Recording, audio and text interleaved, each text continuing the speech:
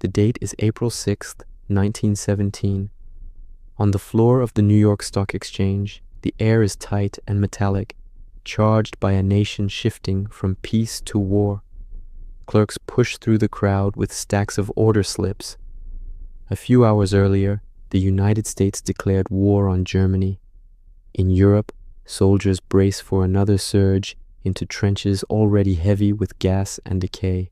In the Atlantic, ships steam under new orders. But in this building, beneath high ceilings and hanging lamps, something different is happening. Prices are moving.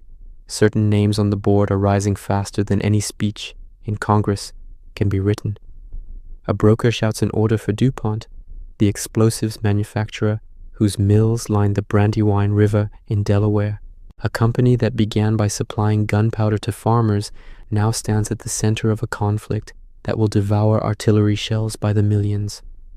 Across the room, shares in Standard Oil's successor companies trade heavily, their movements reflecting a simple truth.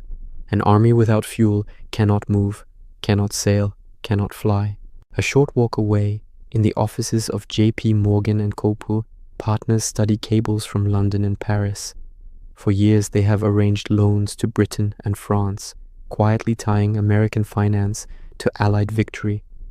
Now, with the declaration of war, those bets look safer than ever. Here, no one talks about trenches or gas masks. They talk in numbers, tonnage of explosives, barrels of oil, interest rates on government bonds. Every decision made on this day will ripple outward, across oceans, across battlefields, and across generations. On the surface, the story is about patriotism and sacrifice. Beneath it, another story is being written in ledgers and contracts. In that story, war is not only tragedy, it is opportunity. Across roughly 150 years, 5 dynasties have treated American war as a repeatable business model. The DuPonts built an empire on explosives, then converted those gains into a vast chemical and materials fortune. The Rockefellers controlled the fuel every modern army required and, through webs of subsidiaries, sold it on both sides of the same conflict. The Morgans discovered that lending money to governments at war could be as profitable as building any weapon, as long as those governments were too important to fail. The industrial line that became Lockheed Martin mastered not only advanced aircraft but also the art of cost overruns and political leverage. And Halliburton turned the unglamorous work of building bases, supplying fuel, and feeding troops into one of the most lucrative war businesses of the modern era. Their stories are not hidden in rumor. They sit in corporate histories, congressional inquiries, and procurement records. The numbers are not guesses. They are documented revenues, profit margins, and share prices that rise precisely when casualty counts and military spending soar. For generations, these families and their companies have operated where state power meets private profit, stepping forward whenever the United States prepares for conflict and stepping back into relative obscurity when the fighting stops. The money, however, never returns. It compounds. Officially, war is framed in the language of necessity. A threat must be stopped, an ally defended, democracy protected. Presidents address the nation with solemn expressions, insisting that each conflict is tragic but unavoidable. Yet, if you track where the money goes when Congress approves war spending, a different pattern emerges. When the Treasury releases funds, it is not only weapons and salaries that are financed. It is contracts for explosives, fuel, aircraft, ships, communications, food, bases, and logistics. Those contracts do not scatter at random. They cluster, again and again, around a concentrated group of corporations, often the same names that rose on the board in earlier wars. Taken alone, any one of these histories might look like aggressive but ordinary business. Companies seeking advantage and securing contracts. Placed side by side across a century and a half, a clearer and more unsettling picture appears. War is not just a disruption of normal economic life. For a narrow group of corporations and the dynasties behind them, war becomes the central engine of expansion, the recurring event that produces the capital used to buy banks, build skyscrapers, endow universities, and shape politics after the gunfire stops. This is not a secret conspiracy conducted in hidden rooms. It is capitalism applied with cold precision to organized violence. In peacetime, demand for explosives, fuel, military aircraft, and forward bases is limited.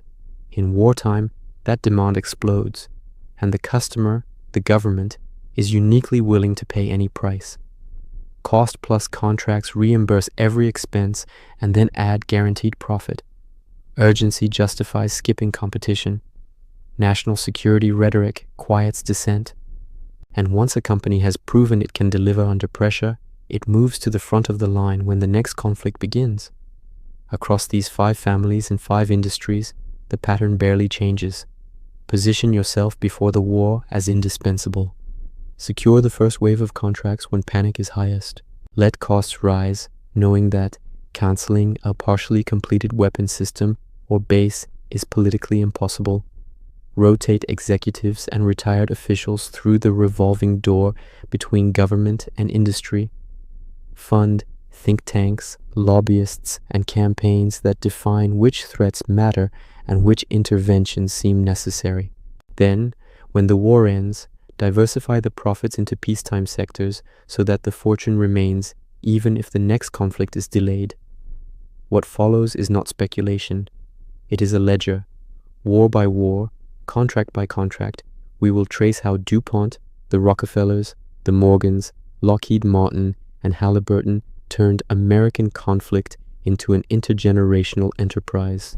We will see how their profits surged when casualties spiked, how investigations repeatedly uncovered overcharging, fraud, or collaboration with enemies, and how, almost without exception, fines were paid, reputations were managed, and business continued.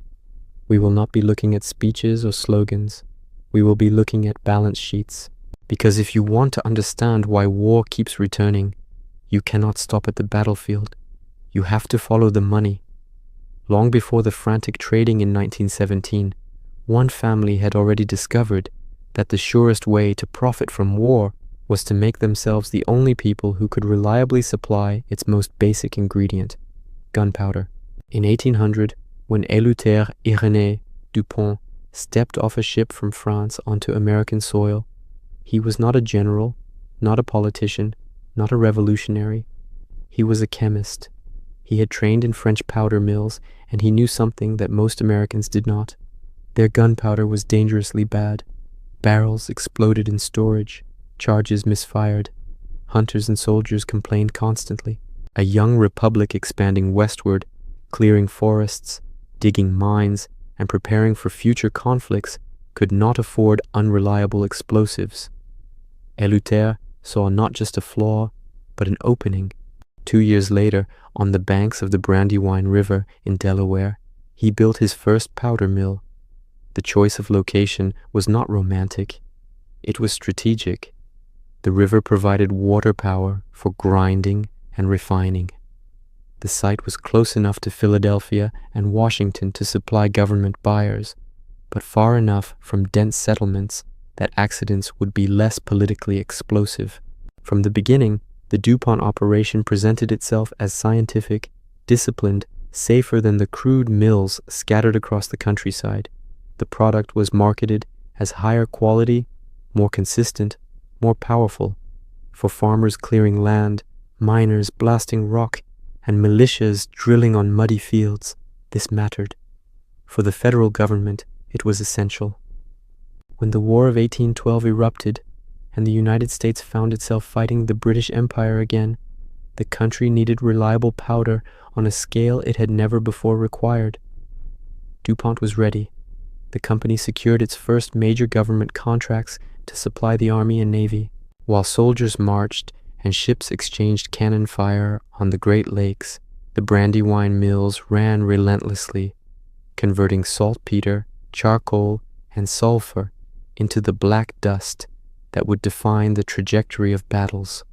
The pattern that would shape 2 centuries of conflict was already visible. War came. The government needed explosives. DuPont had the capacity ready. Contracts flowed to the supplier that had prepared in peacetime. The Mexican-American War in the 1840s repeated the cycle on a larger scale. As American troops moved south, artillery batteries and infantry units carried rifles and cannons loaded with DuPont powder. The contracts were worth over $1 million in 19th century terms, the equivalent of tens of millions today.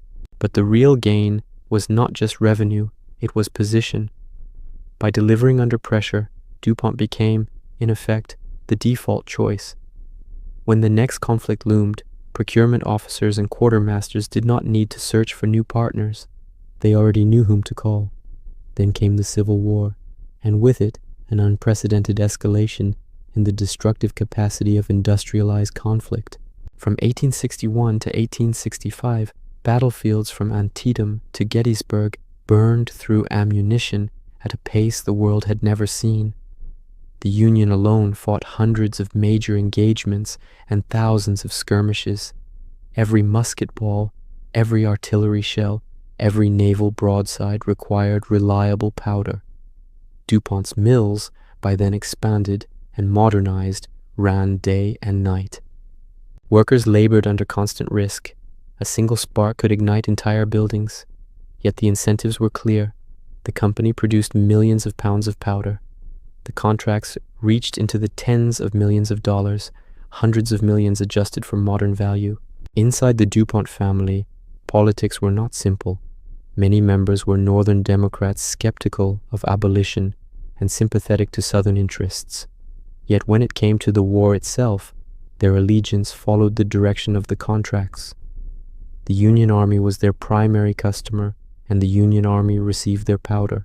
After the war, as the North claimed victory and the narrative of saving the Union solidified, DuPont's complicated internal politics faded from view.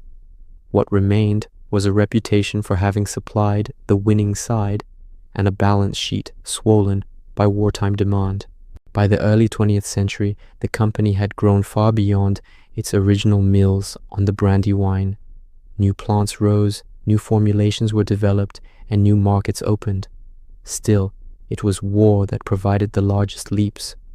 When Europe descended into World War I in 1914, the United States remained officially neutral, but DuPont did not remain idle.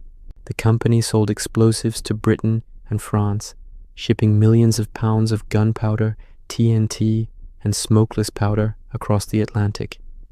The orders were so large that entire new facilities had to be constructed just to meet them. Once the United States entered the war in 1917, the scale became staggering. DuPont supplied roughly 40% of all the explosives used by Allied forces. Each artillery barrage on the Western Front, each naval shelling, each demolition of enemy fortifications contained, somewhere in the chain, a DuPont contract. The financial transformation was dramatic. Net earnings that had been measured in single-digit millions before the war soared into the tens of millions by 1918, equivalent to over $1 billion in today's terms. In 4 years, the company's profits multiplied by a factor of 16. What is crucial is what happened next. When the armistice was signed and the guns fell silent, there was no expectation that DuPont would return any of those earnings. There was no mechanism to reclaim windfall profits generated by a conflict that left entire regions of Europe in ruins. Instead, the company did what rational capital does. It reinvested. DuPont poured its war gains into new ventures, chemicals, dyes, synthetic fibers, materials that would reshape consumer life in the 20th century. Nylon, eventually used in everything from stockings to parachutes, emerged from this post-war pivot. Teflon and other innovations would follow. The war had provided the capital. Peace provided new markets. But even in peace, the military relationship did not disappear. It merely evolved. World War II brought another surge. This time, DuPont supplied not only traditional explosives, but also materials that made modern war possible. Nylon parachutes drifted over occupied Europe and the Pacific. Industrial chemicals fed production lines for everything from shell casings to protective gear. Most quietly, DuPont operated the plutonium production facility at Hanford, Washington, as part of the Manhattan Project. The contract structure was classic, cost plus. The company would be reimbursed for every expense and paid a guaranteed profit on top. The technical risks were enormous. The financial risks were effectively zero. If the project cost more than expected, the government would pay the difference. After 1945, as hot wars cooled into the Cold War, DuPont and its descendants continued to supply the American military in Korea, Vietnam, and later conflicts in the Gulf, Iraq, and Afghanistan. Over time, pieces of the original explosives business were spun off, merged, and folded into other entities, but the family wealth, accumulated through wave after wave of conflict, remained. By the early 21st century, DuPont family trusts were estimated in the tens of billions of dollars. 6 generations removed from the first powder mill, yet still living on capital that had its origins in gunpowder contracts stretching back to 1802. Through DuPont, the basic logic of the American war business model comes into focus. Build capacity in peacetime, position yourself as the indispensable supplier, expand massively when war erupts, retain the profits when it ends, and then use that capital to buy influence and diversify. The product may change from black powder to TNT to advanced polymers, but the underlying pattern does not. And DuPont was only the first pillar. If explosives were the spark of industrial war, oil would become its bloodstream. That role fell to another dynasty, one that understood that every ship, tank, truck, and plane needed fuel, and that whoever controlled that fuel would hold the most powerful militaries on earth in a quiet, unbreakable grip. Oil turned that quiet grip into something far larger. By the end of the 19th century, one man had organized the chaos of wells, barrels, and refineries into a machine so dominant that it no longer competed in a market. It defined the market. John D. Rockefeller's Standard Oil refined, transported, and sold roughly 90% of America's petroleum products. At first, this was about lamps and lubrication, about lighting homes and greasing industrial machinery. But as engines appeared and militaries realized that coal-bound fleets were slow, predictable, and vulnerable, oil began to slide from the civilian world into the strategic one. In 1898, when the United States turned its attention to Spain's fading empire, the war that followed was short, almost theatrical compared to the total wars that would come later. Yet it contained a crucial transition. American naval planners, watching European experiments with oil-fired boilers, understood that a fleet that burned oil instead of coal could move faster, refuel at sea, and project power more flexibly. Standard Oil's facilities and transport network made that transition possible. Fuel depots, tank farms, and distribution lines that had been built to serve industry were suddenly essential to sustaining a modern navy.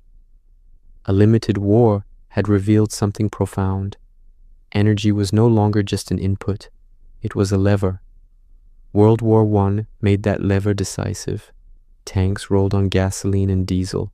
Trucks and lorries moved armies faster than horses ever could. Aircraft engines drank aviation fuel. Naval squadrons no longer crawled along coal routes.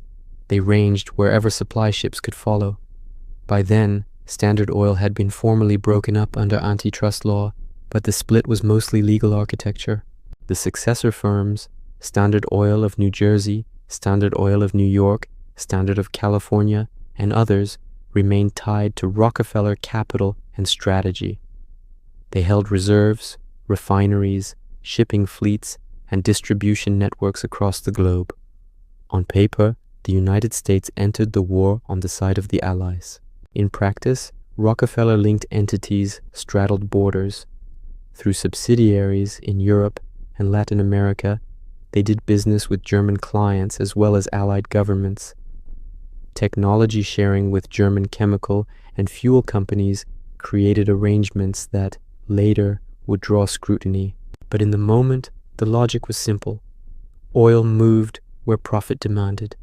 The lines on maps shifted with offensives and retreats. The flow of petroleum products followed contracts and legal loopholes. The numbers behind that flow were extraordinary. Military demand for petroleum products multiplied. Every new tank division, every convoy of trucks, every squadron of airplanes meant more contracts, more orders, more guaranteed sales. Oil did not sit idle on a shelf, waiting for consumers. It was burned again and again in engines designed to consume it at scale. The more intense the war became, the more fuel militaries required. For the companies that controlled wells and refineries, catastrophe at the front translated into volume on the balance sheet. World War II deepened that dependence and exposed its darker edges. American forces in North Africa, Europe, and the Pacific could not operate without vast, uninterrupted streams of fuel. Filling stations, pipelines, tanker routes, all of it rested on the expertise and infrastructure of firms that traced their lineage back to Standard Oil. Meanwhile, investigations in Washington uncovered uncomfortable facts. Standard Oil of New Jersey had maintained patent-sharing agreements with IG Farben, the German conglomerate that helped sustain the Nazi war machine. Those agreements touched synthetic rubber and other critical materials, effectively delaying American independence from foreign supplies. Hearings were held. Politicians demanded explanations. Yet when the question arose of punishing the company severely, another reality intervened. The military still needed their fuel. The war was not yet won. In the contest between strategic dependence and accountability, dependence prevailed. When the war ended and soldiers returned home, the Rockefellers did not face the sort of reckoning that might have dismantled their fortune. There were fines, criticism, corrective measures on paper, but there was no confiscation of wartime gains, no permanent exclusion from government business. Instead, the family quietly expanded and diversified. Oil money flowed into banks, skyscrapers, universities, museums, and philanthropic foundations that reshaped the cultural and political landscape. The source of that wealth, decades of selling fuel to militaries in peace and in war, faded into the background. What remained in public view were the symbols of generosity, grants, endowments, charitable programs. The barrels and the battlefield logistics disappeared from the story. Meanwhile, the underlying mechanism solved a problem every modern state faces. Armies, once mechanized, became addicted to petroleum. A tank division cannot simply switch to another energy source when prices rise. An aircraft carrier cannot run on good intentions. This structural dependence meant that oil companies, and particularly those descended from Standard Oil, sat at a recurring choke point. Whenever conflict threatened, planners asked how many divisions, how many sorties, how many ships they could support. Behind those calculations stood contracts with the same cluster of firms, renewed and expanded with each crisis. By the 1970s, the political cost of being visibly tied to such a strategic resource had grown. Environmental activism, oil shocks, and rising scrutiny of multinational corporations pushed the Rockefellers to begin reducing their direct exposure to petroleum holdings. But this was not a reversal of fortune. It was a repositioning. They were stepping away from the pump, not returning the money earned from it. The capital accumulated during decades of war and preparation for war remained. It was simply wearing new clothes. Explosives and oil define what armies can do physically. Credit defines whether they can exist at all. Wars are paid for in two currencies: blood in the short term, debt in the long term.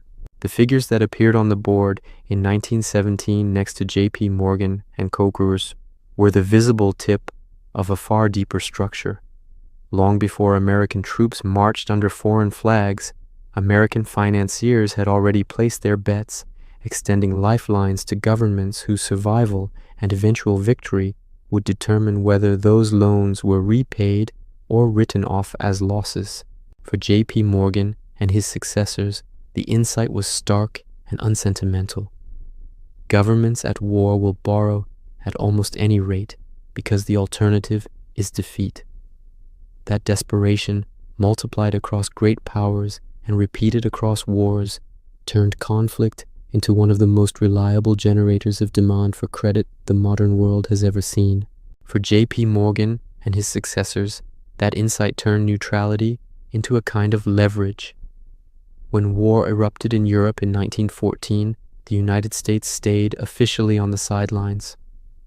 American banks did not. Led by Morgan, they extended vast lines of credit to Britain and France. Those governments used the money to buy weapons, food, raw materials, and supplies, much of it from American companies like DuPont and the Standard Oil offshoots. Loans left Wall Street, crossed the Atlantic as purchasing power, and returned as profits to manufacturers whose factories roared at full capacity. On paper, America was neutral. In practice, much of its financial system was now tied to the survival of one side. By 1917, the numbers had grown too large to ignore. If Britain and France lost, they would struggle to repay their debts. That would not simply hurt a few bankers.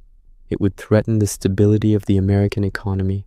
Suddenly, the question of intervention was not only about submarine warfare or idealistic promises to make the world safe for democracy. It was also about whether the collapse of Allied credit would drag Wall Street, and with it, the broader American financial system, into crisis. On the Senate floor, critics said so openly. They warned that the United States was drifting into war under the pressure of its own financial commitments, that the flag was being pulled forward by ledgers already written. When America did enter the war, Morgan's position hardened from influential to central. The firm coordinated purchases for the Allies, managed bond issues, and sat at the nexus of a three-way flow: public borrowing, private manufacturing, and wartime spending. When the conflict ended, the web of obligations did not. Germany owed reparations to the victorious powers. Those allies owed money to American banks. To prevent a cascade of defaults, Morgan bankers helped design plans that effectively recycled money. American loans to Germany financed reparation payments to Britain and France, which then used those funds to service their debts to the United States. At each turn of the cycle, fees and interest accrued. The war was over. The financial architecture it had created remained, and those who had built it continued to be paid. World War II and the Cold War reprised the pattern in new forms. War bonds and treasury securities replaced some of the older instruments, but the core logic was unchanged. Governments funded vast mobilizations and post-war reconstruction by borrowing, and institutions descended from Morgan underwrote, distributed, and profited from that debt. When the Marshall Plan poured billions into rebuilding Europe, it did so through financial channels that generated fees and influence. Later, as the United States fought in Korea and Vietnam, and as it armed allies on multiple continents, the same mechanism applied. The costs of conflict were pushed into the future through borrowing. The profits of arranging that borrowing were realized in the present. If DuPont showed how to manufacture the materials of war, and the Rockefellers showed how to fuel it, and Morgan revealed how to finance it, another lineage mastered the art of embedding itself so deeply in the military procurement system that its contracts became almost impossible to unwind. The story of Lockheed and its eventual merger into Lockheed Martin is not just a story of engineering milestones. It is a story of political design. In the early 20th century, military aviation was a gamble. Aircraft were fragile, experimental, and easily dismissed as curiosities. Yet the companies that survived those years of uncertainty, building reconnaissance planes, trainers, and small bombers for World War I, laid claim to a future in which control of the air would become the central fact of war. After the armistice, budgets shrank. Many firms folded. Lockheed endured by selling civilian aircraft while keeping one eye on military contacts, treating each small contract as an anchor point that might expand when the next crisis arrived. World War II vindicated that patience. Aircraft were no longer peripheral. They were decisive. Fighters escorted bombers deep into enemy territory. Strategic bombing campaigns reduced cities and factories to debris. Cargo planes moved men and material at speeds earlier generations could not have imagined. Lockheed's P-38 Lightning prowled the skies over Europe and the Pacific. Hudson bombers hunted submarines and patrolled long stretches of ocean. Each new production line meant not only increased revenue, but also deeper integration into War Department planning. After 1945, as the United States transitioned into a permanent national security state, Lockheed and similar firms adapted again. They did not wait for declared wars. They built for the Cold War, high-altitude spy planes like the U-2, reconnaissance platforms like the SR-71, cargo workhorses like the C-130. These projects did more than deliver capabilities. They tied the company's fortunes to the Pentagon's. Factories were deliberately dispersed across congressional districts. Retired generals were hired into executive roles. Costs were habitually underestimated at the bidding stage, then revised upward once programs were too advanced to kill without political embarrassment. The C-5 Galaxy program in the 1960s crystallized that strategy. Initially contracted at a staggering but politically palatable figure, it ballooned to more than double its projected cost. Under a cost-plus arrangement, Lockheed was reimbursed for overruns and paid profit on top. Cancellation would have meant scrapping half-finished airframes, admitting failure, and sacrificing thousands of jobs in strategically chosen districts. The Pentagon chose a familiar path. It paid. The lesson was absorbed not only by Lockheed, but by the entire industry. If you could position your project as indispensable and distribute its economic footprint widely enough, your revenue would be shielded by the very people tasked with overseeing it. By the time Lockheed merged with Martin Marietta in the 1990s, forming Lockheed Martin, the model had hardened into doctrine. The F-35 program, initiated as a next-generation joint strike fighter for multiple branches of the military and allied countries, pushed it to the limit. The program spread suppliers across most states, embedded itself in alliance structures, and climbed far beyond its original budget into the realm of trillions. Every documented defect, every delay, every overrun simply increased the total volume flowing through contracts that carried guaranteed margins. War was no longer required to keep the machine humming. The mere preparation for possible war, extended across decades, became a revenue stream of its own. Halliburton completed the picture by proving that even the logistics of war, the bases, the dining halls, the fuel convoys, the laundry, and construction and waste disposal, could be turned into a specialized, repeatable business. From World War II through Korea and Vietnam, its operations and those of its subsidiaries built and maintained the skeleton of American military presence abroad. In Vietnam, Brown and Root ES road building and base construction hinged not only on technical capability, but also on its political intimacy with figures such as Lyndon B. Johnson. In the 1990s and 2000s, the pattern deepened. As Dick Cheney moved from Secretary of Defense to Halliburton as Chief Executive and then to the Vice Presidency, the company's access to wartime contracts during the Iraq and Afghanistan conflicts expanded dramatically. No-bid, cost-plus arrangements allowed it to charge for everything from housing to meals to fuel. Investigations later documented waste and overbilling measured in billions. Fines were imposed. The contracts largely continued. Taken together, these 5 dynasties reveal an architecture rather than a series of isolated abuses. The architecture works like this. Companies position themselves in peacetime as indispensable to key military functions. When crisis hits, they are first in line for contracts, often shielded from competition by urgency and national security arguments.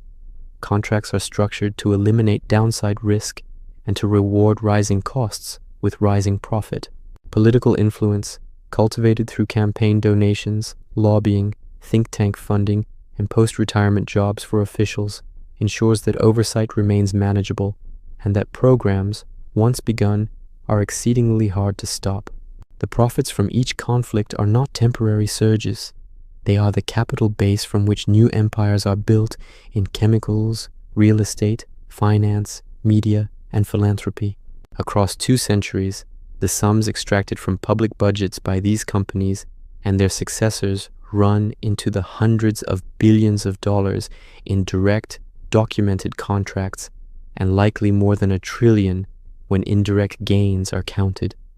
Each dollar represented work performed, explosives manufactured, fuel delivered, planes built, bases constructed, but each dollar also represented a choice.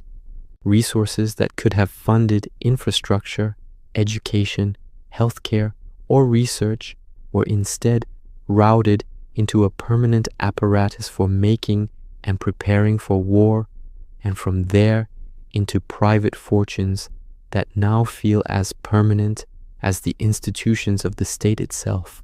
Accountability has remained elusive. DuPont was investigated for anti-competitive practices. Standard Oil was formally broken up yet effectively reconstituted through successor firms. Morgan's role in war finance drew hearings and sharp speeches, but few lasting constraints. Lockheed and Halliburton paid fines for bribery, fraud, or overbilling. Yet across these episodes, one pattern stands out. The institutions survived intact, the families retained their wealth, and the core business model remained in place. The reasoning, spoken or unspoken, is consistent. These companies are said to be too essential to punish severely. The military depends on them. Jobs depend on them. Political careers depend on the investments they bring to key districts and donors. In public memory, wars are often reduced to dates, battles, and rhetoric.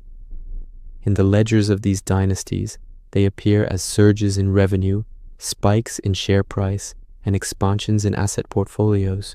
5 families, 5 corporate lineages spanning gunpowder, oil, banking, aviation, and logistics have moved with American power from the early republic to the present. Every major conflict brought them new opportunities, and each time they converted the violence of history into something quietly enduring. Capital perched in trusts, foundations, and holding companies. This is not the story taught in schoolrooms decorated with flags and heroic paintings. It is the story that emerges when you trace contracts instead of slogans, balance sheets instead of speeches. War, in the American experience, has been more than a contest of armies or a clash of ideologies. For a narrow class of entrenched interests, it has been a reliable instrument of accumulation. They profit. The public pays. Soldiers bleed. And unless that underlying architecture is confronted, the next crisis, the next emergency, the next call to arms will activate the same machinery, sending new streams of public money into the same kinds of private hands. While the official story once again insists that there was simply no other choice.